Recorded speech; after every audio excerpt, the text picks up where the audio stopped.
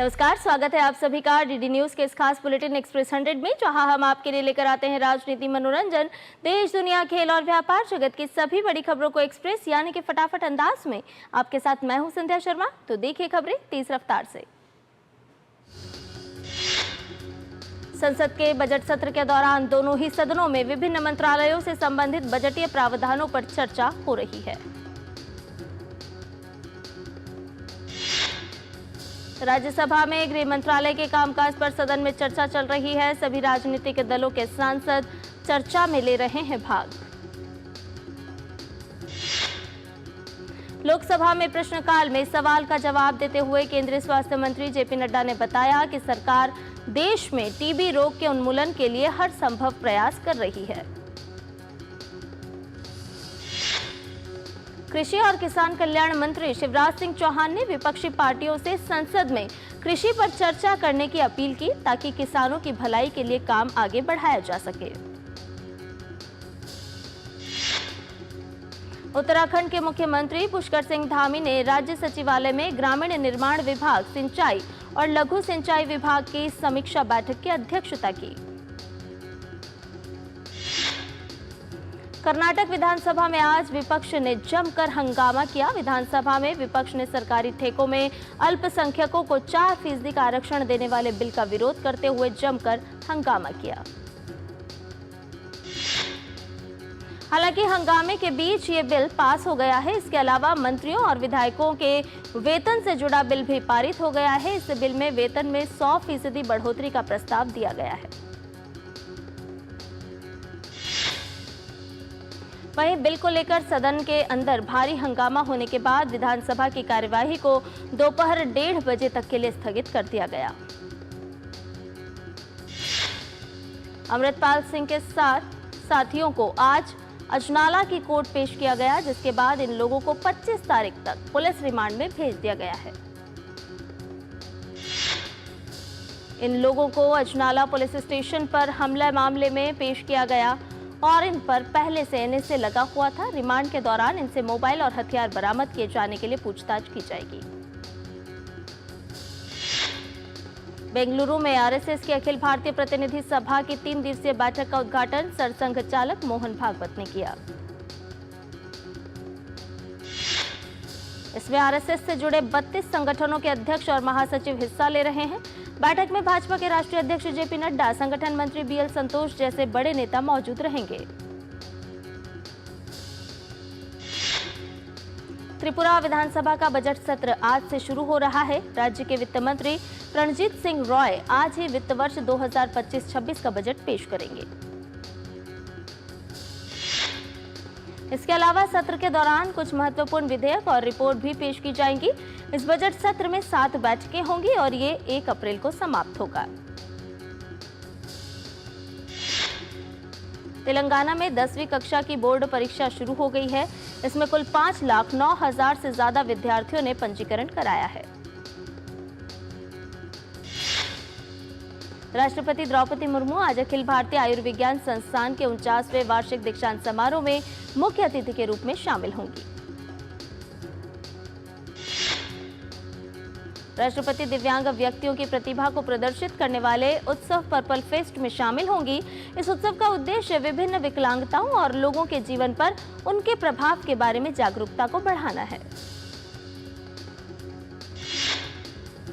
पंजाब हरियाणा सीमा से किसानों को हटाने की पंजाब पुलिस की कड़ी कार्रवाई के बाद हाईवे को खाली करा दिया गया है।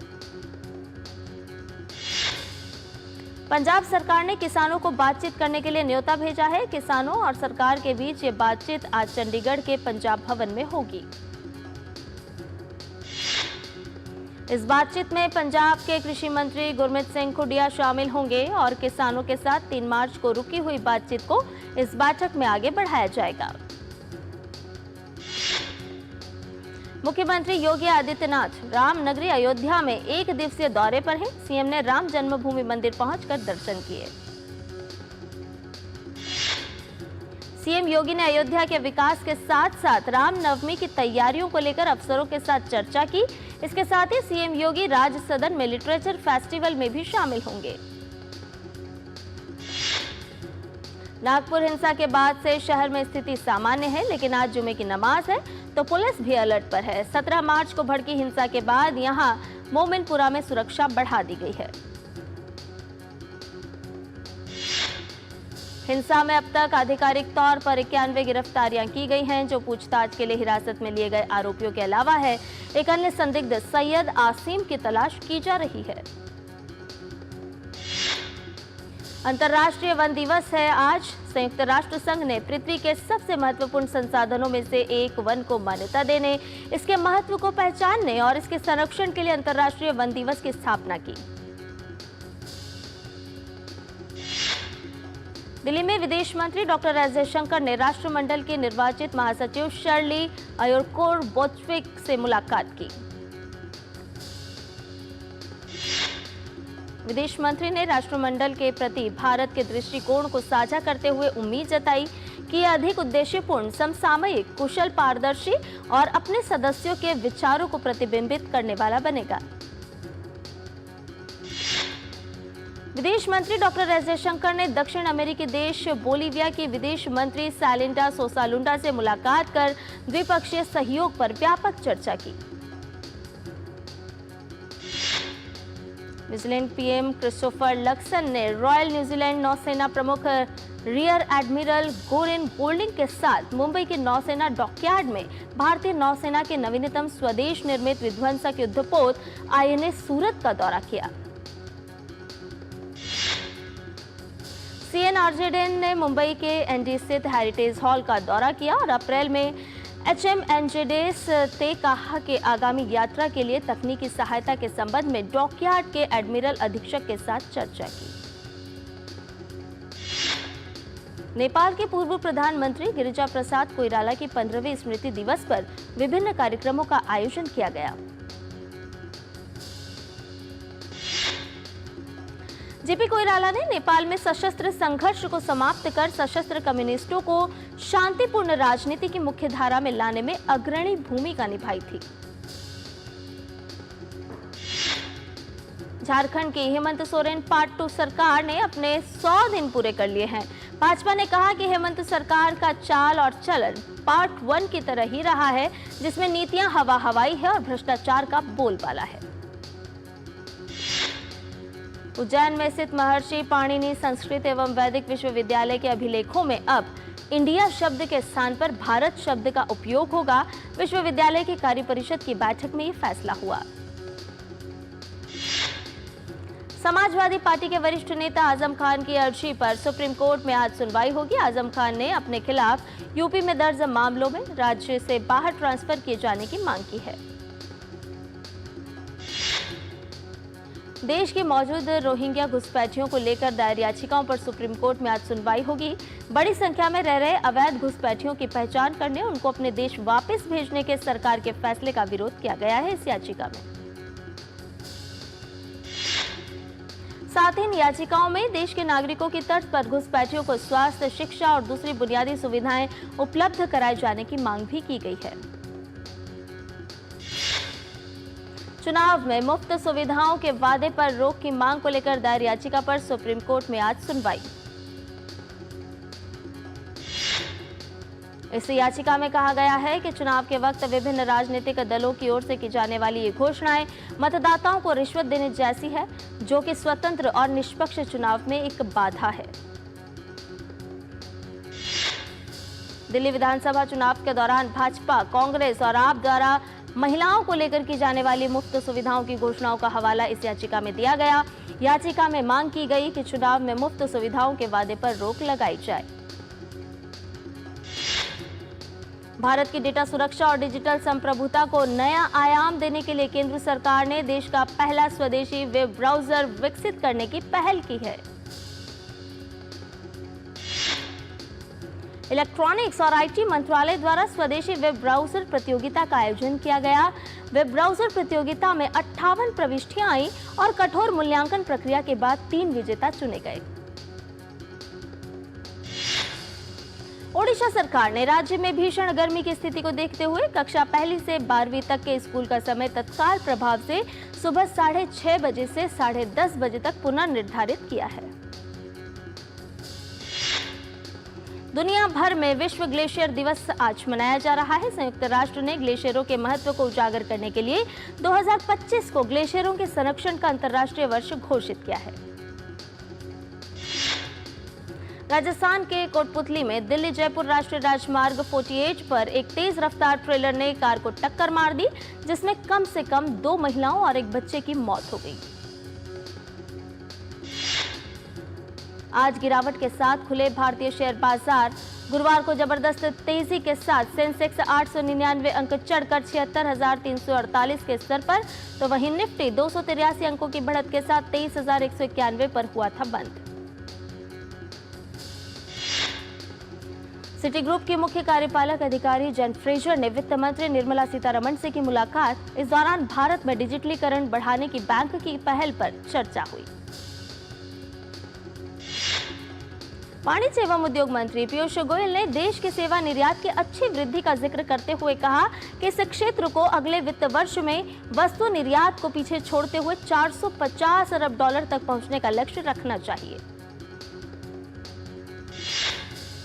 तेल और गैस कंपनियों के विंडफॉल टैक्स से राहत। नए कानून के तहत अब तेल और गैस कंपनियों को अप्रत्याशित लाभ कर जैसे किसी भी नए कर का सामना नहीं करना होगा। मार्केट रेगुलेटर सेबी ने पब्लिक इश्यू से जुड़े नियमों को आसान और साफ बनाने के लिए नए प्रस्ताव रखे। सेबी ने इन सभी प्रस्तावों पर 10 अप्रैल 2025 तक जनता से सुझाव मांगे हैं।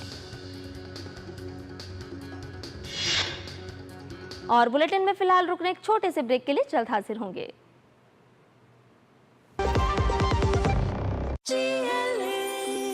जो लक्ष्य चुना था समझ आने लगा है। GLA यूनिवर्सिटी, उच्च लक्ष्य की निश्चित प्राप्ति।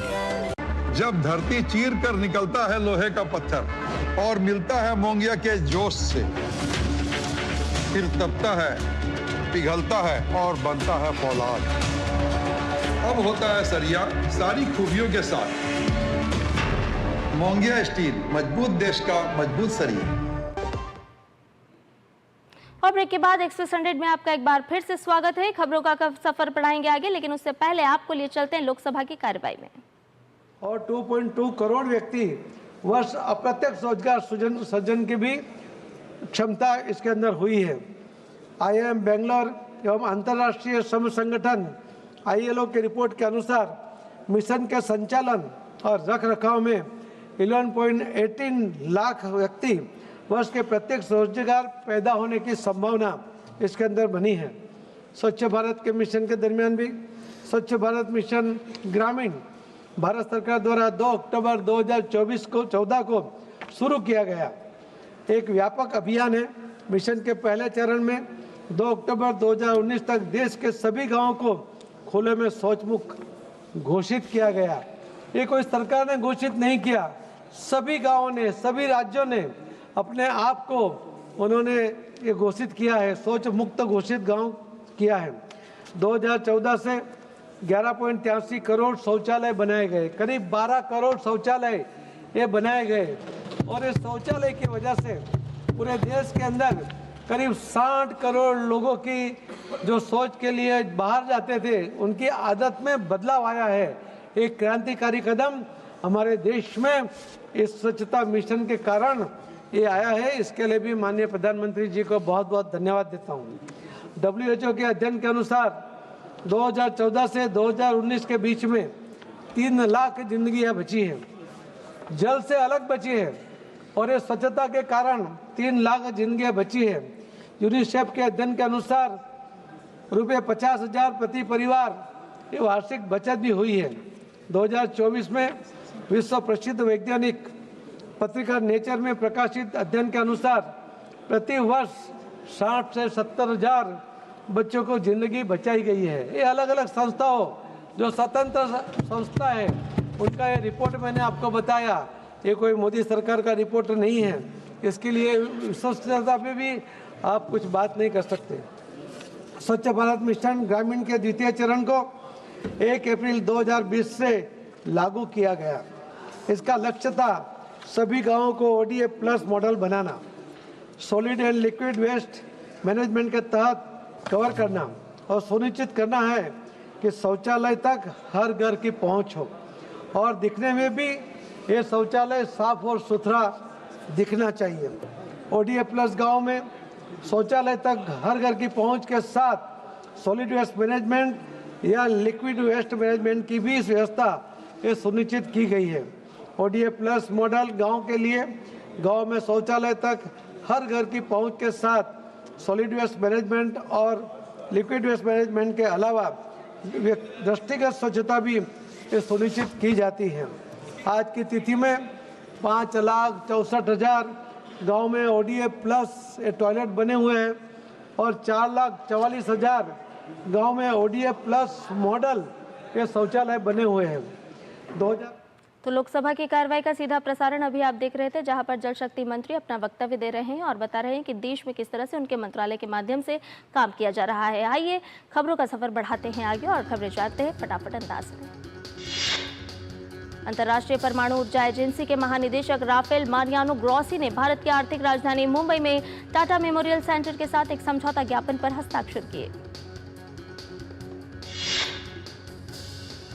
नोकिया की सालाना मोबाइल ब्रॉडबैंड इंडेक्स रिपोर्ट के मुताबिक देश में अगले 3 साल में यानी 2028 तक 5G उपभोक्ताओं की संख्या 2.65 गुना बढ़कर करीब 77 करोड़ पहुंच गई। DPIIT और यस बैंक ने भारत के स्टार्टअप इकोसिस्टम को मजबूत करने के लिए साझेदारी की है। इरेडा ने 1,247 करोड़ रुपए जुटाने के लिए अपना पहला परपेचुअल बॉन्ड लॉन्च किया। अमेरिकी सुरक्षा विनियामकों ने टेस्ला को बड़ा झटका देते हुए 46,000 से अधिक साइबर ट्रक वाहनों को वापस बुलाया। अमेरिकी फेडरल कोर्ट ने एलन मस्क के सरकारी दक्षता विभाग को सामाजिक सुरक्षा प्रशासन प्रणालियों से अस्थायी रूप से लगाई रोक। फेडरल कोर्ट के आदेश के तहत डोज की टीम को उस सभी व्यक्तिगत जानकारी को हटाने का आदेश दिया गया है जो उनके पास है। वहीं इस पर ट्रंप प्रशासन का कहना है कि डोज संघीय सरकार में अपव्यय और धोखाधड़ी को रोकने के लिए काम कर रहा है। राष्ट्रपति डोनाल्ड ट्रंप ने अमेरिका में संघीय शिक्षा विभाग को बंद करने के संबंध में एक अहम कार्यकारी आदेश पर किए हस्ताक्षर।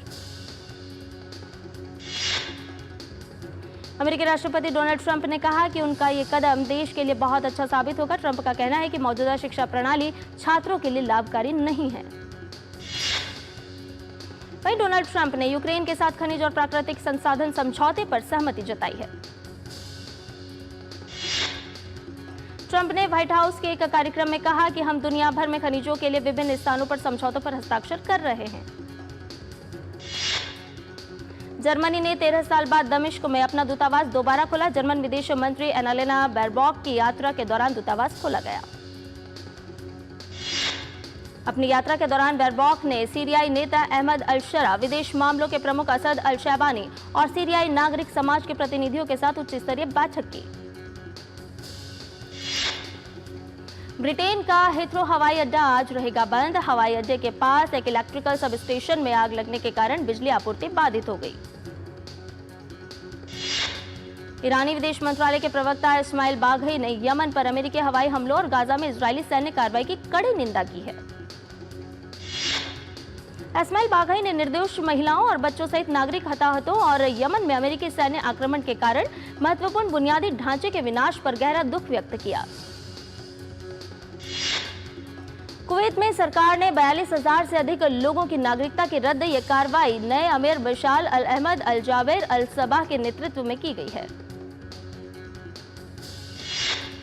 कुवैत सरकार का दावा है कि ये कदम उन विदेशियों के खिलाफ उठाया गया है जिन्होंने अवैध रूप से कुवैती नागरिकता हासिल की थी।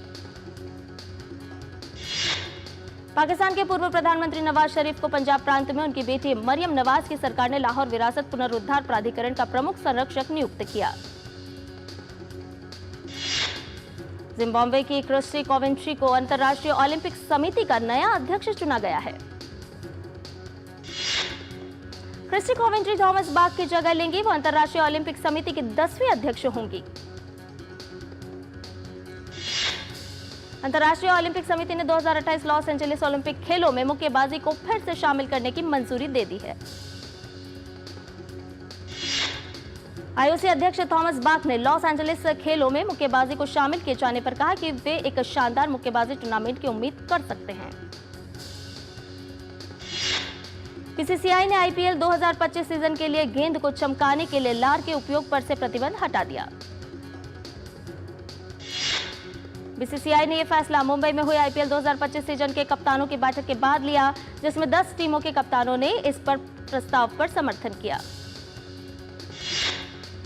आईपीएल में कप्तानों को धीमी ओवर गति संबंधित उल्लंघन के लिए प्रतिबंधित नहीं किया जाएगा। इसके बजाय उनके डीमेरिट अंकों के साथ 25 से 75% मैच फीस काटी जाएगी। धीमी ओवर गति संबंधित उल्लंघन को लेकर हार्दिक इस प्रतिबंध के कारण चेन्नई सुपर किंग्स के खिलाफ 2025 चरण का पहला मैच नहीं खेल पाएंगे।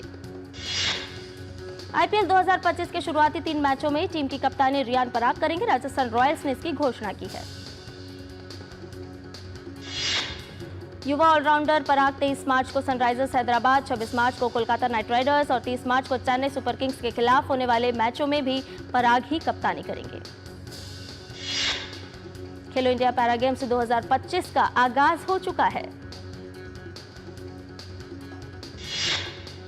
खेलो इंडिया पैरा गेम्स के दूसरे संस्करण में 1300 से ज्यादा एथलीट हिस्सा लेंगे। खेलो इंडिया पैरा गेम्स के पहले दिन पैरा बैडमिंटन खिलाड़ी कृष्णा नागर और हरियाणा के स्टार शटलर नितेश कुमार ने अपनी विजयी शुरुआत की। भारत 1 से 15 अक्टूबर तक अहमदाबाद के नारनपुरा खेल परिसर में 11वीं एशियाई तैराकी चैंपियनशिप की मेजबानी करेगा। 11वीं एशियाई तैराकी चैंपियनशिप के लिए गुजरात सरकार और एशिया एक्वेटिक्स से सैद्धांतिक मंजूरी मिल गई है। सिंगर म्यूजिक डायरेक्टर अमाल मलिक ने सोशल मीडिया पोस्ट पर अपने डिप्रेशन की बीमारी का किया जिक्र, लेकिन कुछ ही घंटों बाद अमाल ने अपनी ये पोस्ट डिलीट भी कर दी। इंडियाज गॉट लैटेंट शो के विवाद के बीच कॉमेडियन समय रैना ने पोस्ट के जरिए अपने इंडिया टूर को रीशेड्यूल करने की बात कही है। फिल्म छावा की पायरेसी पर बड़ी कार्रवाई करते हुए मुंबई पुलिस ने इस मामले में अज्ञात लोगों के खिलाफ एफआईआर दर्ज की। बॉक्स ऑफिस पर फिल्म छावा का जादू बरकरार। एक्ट्रेस सोहा अली खान ने अमेरिकी बिजनेसमैन बिल गेट्स के साथ की मुलाकात। सलमान खान की फिल्म सिकंदर 30 मार्च को सिनेमाघरों में होगी रिलीज। धनुष की आगामी निर्देशित और अभिनीत फिल्म इडली कढ़ाई की रिलीज डेट में बदलाव। फिल्म 10 अप्रैल के बजाय 20 जून को सिनेमाघरों में देगी दस्तक। मलयालम फिल्म लूसीफर का सिक्वल टू एम्पुरान 27 मार्च को होगा रिलीज। पवन कल्याण अभिनीत फिल्म हरिहर वीरामल्लू इसी महीने 28 मार्च को तेलुगु, तमिल, हिंदी, मलयालम और कन्नड़ में रिलीज होगी। फिल्म रॉबिन हुड 28 मार्च को सिनेमाघरों में रिलीज होगी। अभिनेत्री राधिका आप्टे फिल्म कोटिया से निर्देशन में करने जा रही हैं अपना डेब्यू। साउथ सुपरस्टार चिरंजीवी की फिल्म विश्वम्भरा 22 अगस्त को रिलीज होगी।